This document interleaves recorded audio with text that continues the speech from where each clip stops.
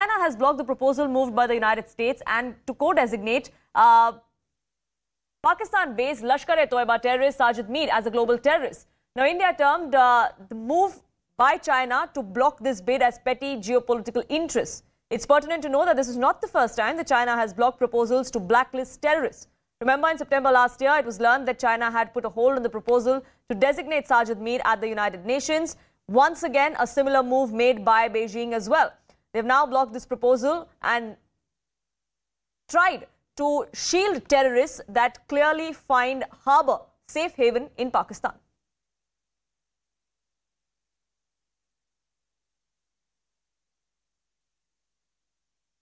UN Office for Counter-Terrorism, who in a special gesture dedicated a tree at the Northeast lawns to memory of all victims of terrorism, and also invited a victim of the Mumbai terror attacks to share his story yesterday.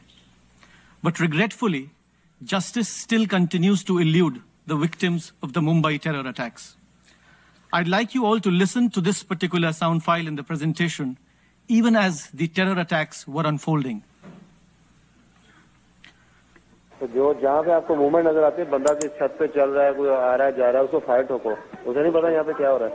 इंशाल्लाह। तो जो जहाँ पे आपको movement नजर आती है, बंदा की छत पे चल रहा है, कोई आ रहा है जा रहा है, उसको फायर ठोको, उसे नहीं पता यहाँ पे क्या हो रहा है। इंशाल्लाह। This was Sajid Mir, a very dreaded terrorist who directed the terrorists from across the border in real time to hunt down foreigners in the Taj Hotel and kill them indiscriminately. Abhishek, my colleague, continues to be with us on this broadcast. And Abhishek, this is not the first time as far as the blocking of Sajid Mir's designation as a global terrorist concerned. It's also not the first time that China has done this. China has done this at the UNSC, at the United Nations, for multiple such terrorists. This is nothing new from the Chinese side because every time it comes to play along Pakistan's agenda or propaganda at United Nations Security Council or any of United Nations body, China has always sided along with Pakistan, and this is what Indian representative was trying to call out at United Nations, grouping where the counterterrorism issue was being discussed. That this minor gain of geopolitical, way and not letting this fight against counterterrorism going ahead will certainly not let the world have a peaceful stay. And he's clearly said that when a terrorist is a terrorist, and if it has been well established, the credentials has been given, the proofs have been submitted to all the nations of United Nations Security Council members. India has always been eager to brief countries who have any confusion or they want to have more documented proof about whether this person has been involved in terrorist activities or not.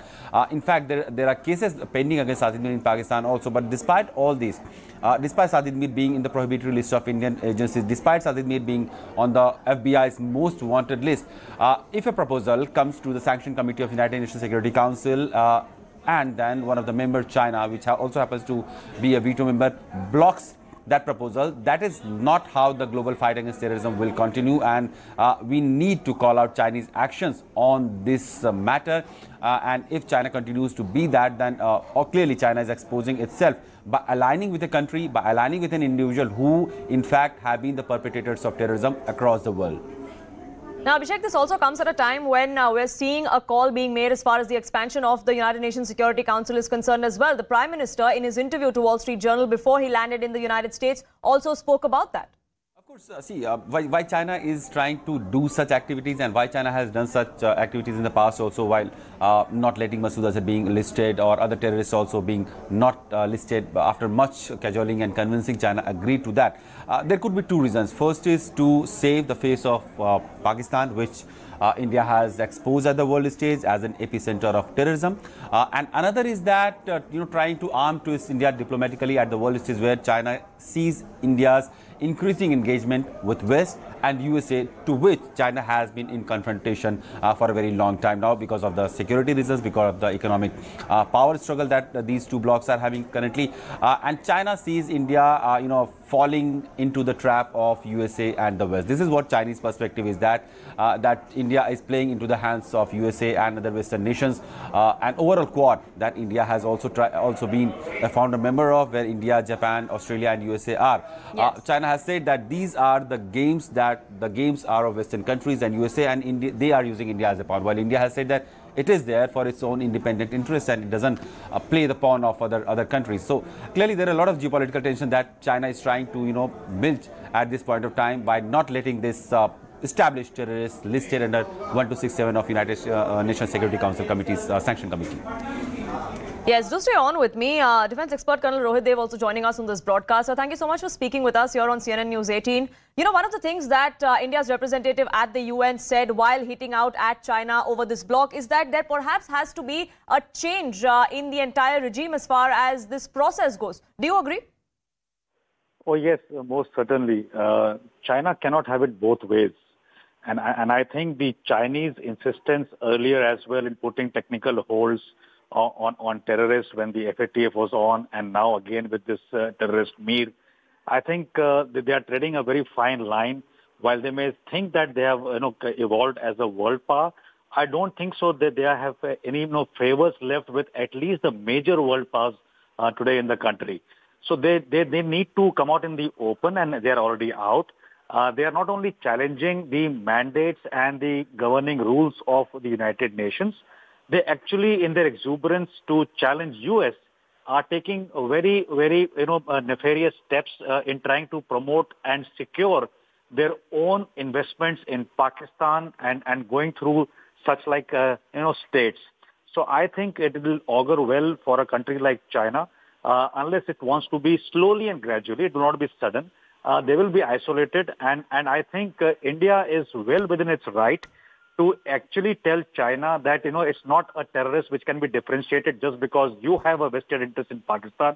And I think this entire schmozzle in which China is engaging today is going to lead to a situation that, is going to be a differentiation of terrorism versus humanity to be sustained. And that is where China is failing. It is not some Uyghur province where you're going to kill people, maim people and not get media. It is a case of a known terrorist, a designated terrorist, and it's with a lot of intelligence when countries like India and US thumb the table to say that he should be designated. So you can't just roughshod the evidence, can't roughshod the involvement and put a hold just because you are on the UN Security Council as a veto power. And that is where I'm saying, in the new world order, India will gradually, through our economic might and our other soft power, emerge as a country which may not need this crutches of the UN Security Council to act upon people. We will be able to take down through a very good system of intelligence sharing all these terrorists across the world one by one. And I think that's where the country will finally evolve, and China will get isolated. It has already begun the process with China +1. I think they need to be much more careful because they cannot roughshod India anymore in terms of our choices and interests. And our choice and interest is humanitarian based, that terrorists will not be tolerated. So I think that's a very, very clear line being conveyed. And I think if China misses the understanding of what our UN envoy has said in the UN headquarters, they will be making a sort of a hierarchy in the future for their own good. So I think that's where it's leading to. And India and US are right, and China is wrong on this.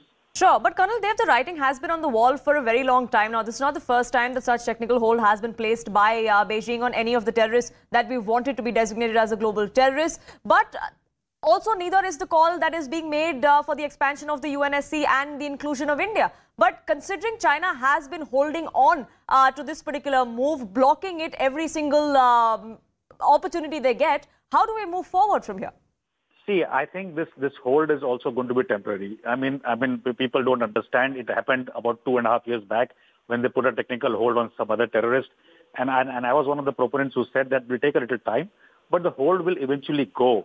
Because finally, it's not that, it's not a kiddish thing that you say, I put a hold because I got a veto power. Finally, you got to go do trade and economics and commerce and defense and everything else. Geopolitically, they will succumb. It is just that which channel is used to make them to succumb. And give it about 3 to 4 months, this hold will also go. But that's not the point, like you are saying. This repetitive, churlish, puerile kind of a behavior, just because, Indian Prime Minister is meeting Biden on a state visit, and you try and put some kind of a spoke to say, oh, here I am the veto power. It doesn't augur well to the stature of China itself. And it is good in a way for India, because India is not going to tom-tom too much about it in the public domain beyond the UN headquarters. Do you want to